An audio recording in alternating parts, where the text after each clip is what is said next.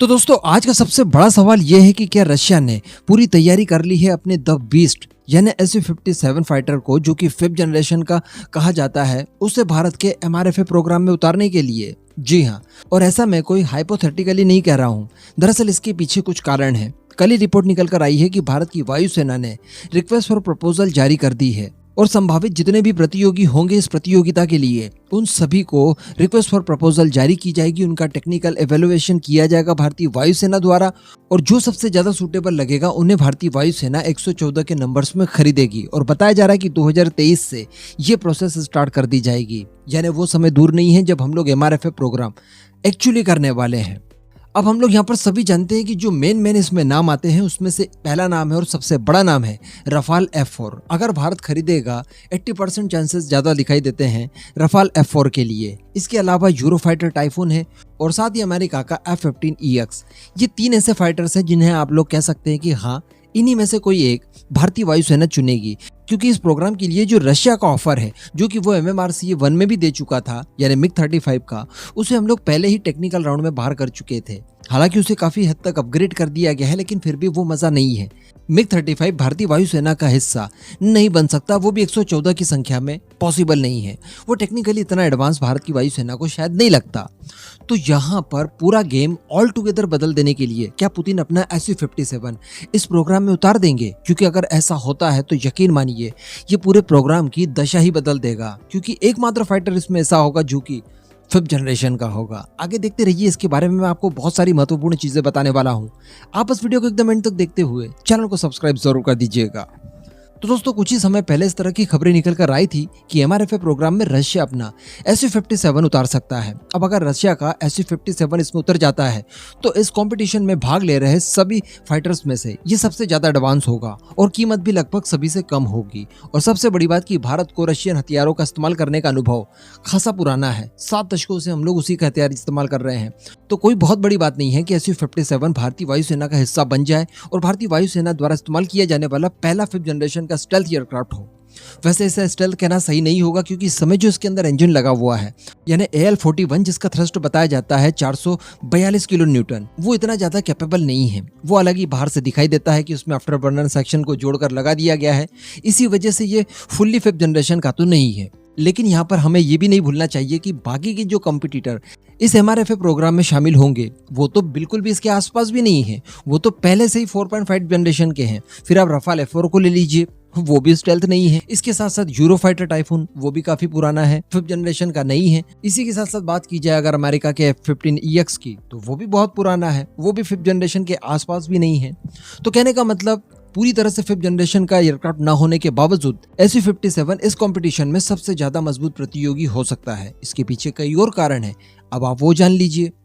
तो जैसा कि मैंने आपको बताया कि इस ट्विन इंजन फाइटर में इस समय इस्तेमाल किया जा रहा है AL-41 इंजन, जिसका थ्रस्ट है प्रत्येक इंजन का 142 किलो न्यूटन।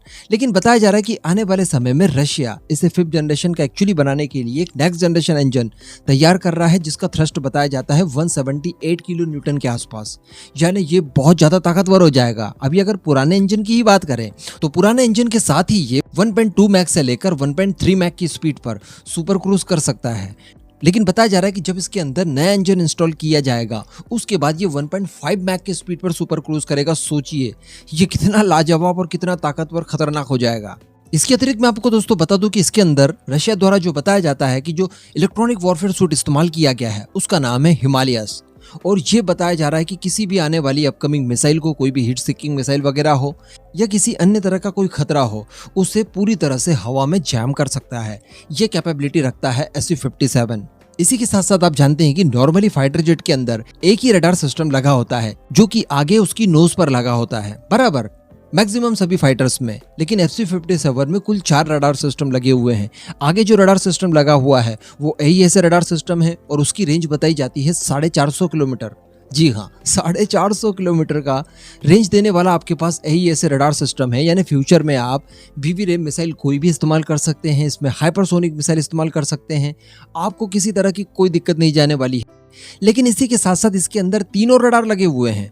आजू बाजू के जो विंग्स होते हैं दोनों में एक एक रडार सिस्टम लगा है और साथ ही टेल साइड में 2 इंजन्स के ठीक बीच में भी एक रडार सिस्टम लगा हुआ है। तो इस तरह से इसमें 4 रडार सिस्टम लगे हुए हैं, यानी चारों तरफ से आने वाली किसी भी तरह की मिसाइल को ये बड़ी आसानी से पहचान सकते हैं और उनसे बचने के लिए काउंटर मेजर का इस्तेमाल कर सकते हैं। तो इससे बड़ी बात और कौन सी हो गई। और आपको याद होगा पिछले साल एक अपडेट निकल कर आया था, भारतीय वायुसेना की तरफ से ये कहा गया था कि हम लोग MRFA प्रोग्राम में जो भी फाइटर सेलेक्ट करेंगे उसमें सबसे ज्यादा जरूरी चीजें जो होंगी उनमें एक 5th जनरेशन की टेक्नोलॉजी भी शामिल है। यानी ऐसा फाइटर जेट जो कि 4.5 जनरेशन का हो लेकिन उसमें कई सारी टेक्नोलॉजीज वो वाली इस्तेमाल की गई हो जो कि 5th जनरेशन के एयरक्राफ्ट में की जाने वाली है। तो ये इसमें है। ये अगर पूरी तरह से 5th जनरेशन का नहीं भी आप मानते, मत मानिए, लेकिन इसके बावजूद बाकी के जो सारे फाइटर्स इसमें पार्टिसिपेट कर रहे हैं उनसे तो ये बहुत एडवांस है। इसकी रेंज की बात की जाए तो रेंज इसकी बताई जाती है 4500 किलोमीटर। कॉम्बैट रेंज की बात की जाए तो 2200 से 2300 किलोमीटर इसकी कॉम्बैट रेंज होती है। अगर आप इसे टेक ऑफ के साथ ही पूरी तरह से सुपर क्रूज कर ही ले जा रहे हैं तब भी आपको 1500 किलोमीटर की ये रेंज देने वाला है। सोचिए इसकी ताकत कितनी है। तो ये रेंज के मामले में भी उनसे बहुत आगे है। अब अगर बात कर लीजिए सबसे काम की यानी इसकी कीमत की, तो वो भी बाकी फाइटर्स की तुलना में बहुत कम है, जहां पर रफाल आपको एक यूनिट पड़ता है लगभग 292 मिलियन डॉलर्स में। इसी के साथ साथ यूरो फाइटर टाइफून मिलता है आपको 117 मिलियन डॉलर्स का एक। अगर बात की जाए F-15EX की तो वो भी आपको 87.9 मिलियन डॉलर्स में एक पड़ेगा। वहीं अगर रशिया के Su-57 की बात की जाए जो 5th जनरेशन के दावे के हिसाब से है, उसकी कीमत आपको अप्रॉक्स 100 मिलियन डॉलर्स के आसपास पड़ जाएगी। तो कहने का मतलब ये कंपटीशन का पूरी तरह से नक्शा बदल कर रख देगा अगर ये भाग लेता है तो। हालांकि फिर भी मैं आपको बता दूं कि इतना आसान नहीं होगा कि भारत रशियन फाइटर्स को खरीद ले, क्योंकि सैंक्शंस की प्रॉब्लम ऑलरेडी चल रही है। दूसरी बात कि इनकी सर्विस अवेलेबिलिटी, पुराना ट्रैक रिकॉर्ड हमने रशिया का देखा है। इनकी डिलीवरी के लिए भी समस्या जाने वाली है, क्योंकि रशिया को कई सारे देशों ने सैंक्शंस लगाकर रॉ मटेरियल देना बंद कर दिया है। तो क्या रशिया इतनी सारे नंबर्स में समय पर इनकी डिलीवरी कर पाएगा? इन चीज़ों को भी ध्यान में रखना होगा। लेकिन अगर फिर भी हम लोग चाहें तो कई सारे रास्ते इसके लिए खुल सकते हैं। बाकी इस पूरे मुद्दे पर दोस्तों आपका क्या मानना है? आपके हिसाब से कौन सा फाइटर हमारे लिए बेस्ट होगा? नीचे कमेंट करके जरूर बताइएगा।